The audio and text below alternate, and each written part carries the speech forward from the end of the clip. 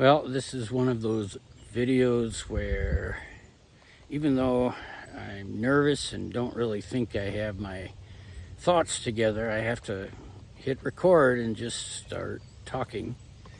Every day I watch some YouTube videos and I always get inspired with ideas to share.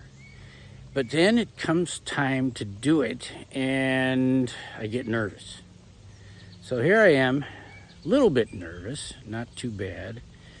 I'm out in nature. My new dog is chasing butterflies right now, and he is happy as can be. And I might get a view of him. I might not because he moves pretty fast. His name is Toby. And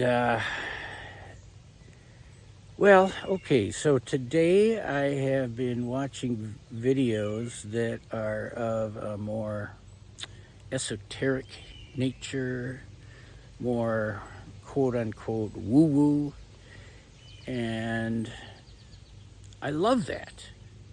I mean, that's where I'm at, right? And there are things in life that are things that happen in my life that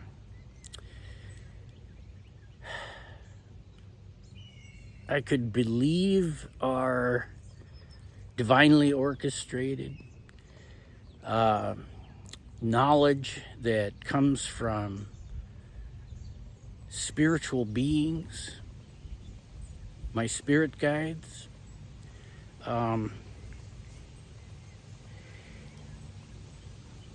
But then at the same time, I'm like, well, come on. How can that be? Is not realistic. It's just my imagination. It is magical thinking, wishful thinking. I'm just making this stuff up and wishing it were true. But then again, it seems like it's true. So I come across videos from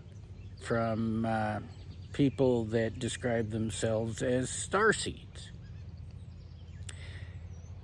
You know, I think I'm one of them. But, do I go to my job interview and introduce myself as a being from the cosmos? Yeah. There's discernment and masking. Yeah, that's what it is. It's masking. I've got a mask for the 3D world so that I can get a job and make some money. And that's what I'm back to right now.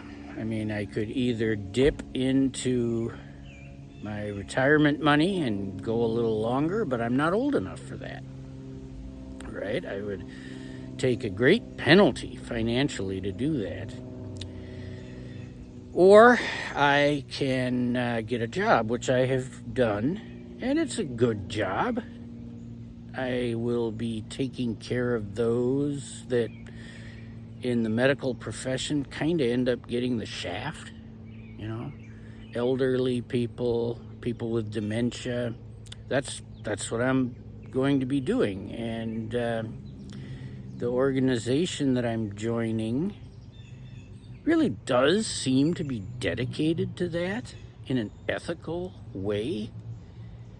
I feel it as I sit in the orientation for it. And it does seem aligned, and it will pay the bills.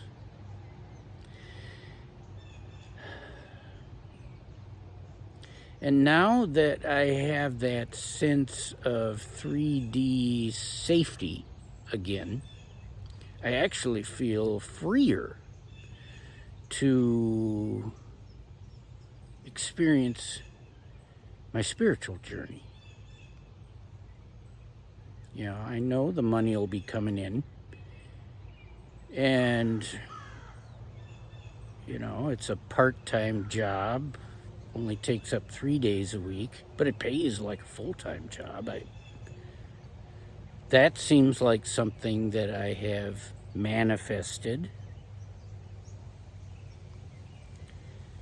And it's a job taking care of the elderly. Normally, there isn't much money in that. Nobody pays you to take care of the elderly. But this organization is able to do it. Wow. Yes, it seems like that is something that I have manifested. So then I can give more of my attention to the spiritual realm. And how do I do that? Well, I do it by investigating science. I mean, right now I am reading these, at least some people's interpretations of some very ancient Sanskrit texts. And it is giving me a spiritually based idea of how the universe works, you know, a theory of everything. And then I also am looking at lectures right now from the International Center of Theoretical Physics, part of it that is based in Brazil, or is it Argentina? But these lectures are about supersymmetry, supergravity, supersymmetric black holes that exist in exotic space-times like anti-de Sitter space, and then the connection is made with a dual field theory. And what I notice is that there are some incredibly similar ideas between the Sankhya Karika. And let me see if I can get my doggy to come into the... There he is. There's Toby. Yeah. Both of these, you know, the cutting edge physics, based on some very sophisticated mathematics, and then the Sankhya Karika, which is based on some fairly basic mathematics, are showing us the same thing, that the universe is holographic. And I was resistant to this idea until I read the Sankhya Karika. Yeah. So that's my inner child being excited about cutting edge physics, mathematics, as well as ancient knowledge. And, you know, this is kind of how I got onto my spiritual journey as well. The pursuit of knowledge, deep and fundamental knowledge. And it dawned on me that I was receiving knowledge from somebody else, from somewhere else, without any idea of where or from whom it was coming. And then I got onto YouTube. And then I heard from some YouTube creators that said, oh, you know, on the spiritual journey, we receive downloads. They're spiritual beings that send us knowledge. And they described it, how it happens, and it's different for different humans. And I realized that is what's happening. And so in the last 2 years, I got really curious and wanted to know, well, who are these spirit guides? You know, why? Where is this information coming from? So I explored it with help. And it seems to me that my spirit guides is what I've heard is called a social memory complex, meaning a large collective of individuals that are sort of more like a hive mind. And you know, the hive mind thing has sort of negative connotations, but it's positively polarized collective mind made up of individuals. And you know, here's where the star seed thing comes in. It seems that these beings first appeared on a planet and evolved to communicate through music, singing, harmony, waves, directly, sound waves. And you know, you could perform some variation of a Fourier transform on these waves, on these tones, and it would translate it into words, maybe accurately, maybe it would miss something. And that's how they communicate. And, you know, I look at starseed content, and you hear about Arcturians, Pleiadians, Lyrans, all sorts of different civilizations, Ra, and nah, mine are not, I'm not one of those.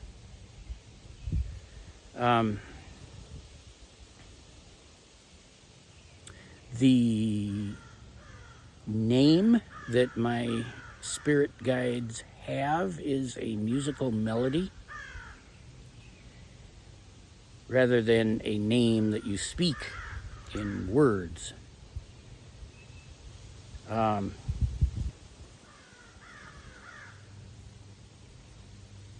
it seems that the information is coming from them. And how does the information come through? I mean, I don't receive PDF files or something with information in them. I receive what I believe is an attractor. An attractor is a mathematical object that finds its home in the study of chaos theory, fractals, dynamics, and it contains an extensive amount of information, but in very simple form. And what it does is it influences a very complicated dynamic system, like the human brain, the human mind, and then the information materializes in the mind in a form that I can understand and present. And so that's what I've been spending my time doing, right? I have been doing research so that I have the building blocks for my spirit guides to use when downloading attractors to me. I perform the meditation that allows me to receive the attractors, and then I wait. I wait for them to work. And it seems like they do. I'm right in the middle of it. I can't say that I've reached conclusions yet, but certainly making progress. I mean,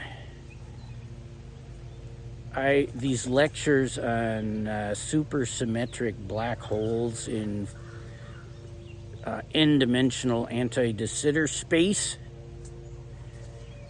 I understand those differently than I would had I not received these attractors from my spirit guides.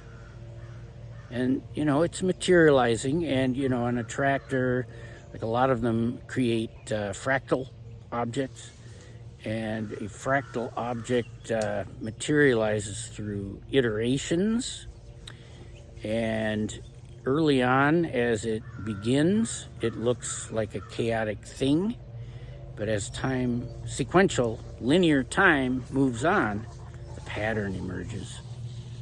And I am in that process. Yeah.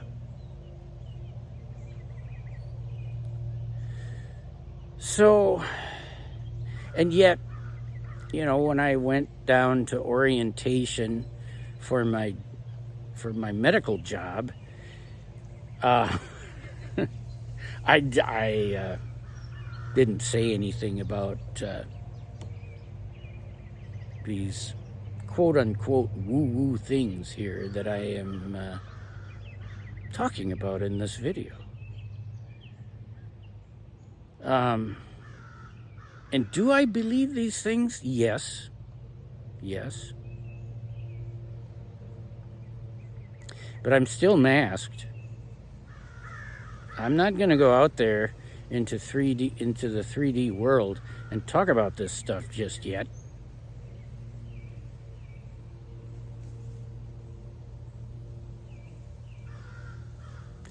Well, it's a transition. That's where I'm at.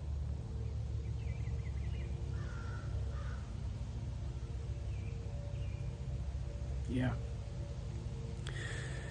So, I think it has only been about a week since my last video, so I'm getting better at this. And I mean, my chakras are opening up again. They were closed for a while. I was in the void, which I've talked about in some other videos. Motivation is growing a lot. Yeah. So, in these so far 18 minutes, I have, oh, look at this. The kitty is out here too. There he is. The dog has noticed the kitty. Where's the dog? There he is. Okay.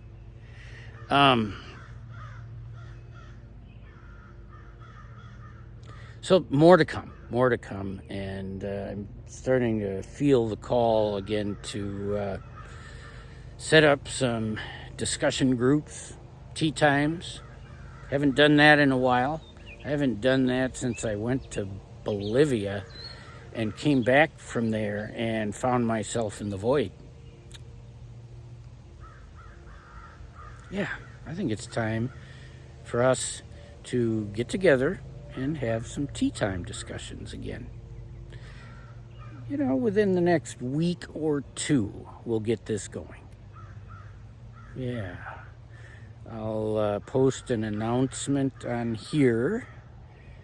And of course, I'll send invites to some of you who have been to previous tea times. So, all right. Love you all very much. Bye for now.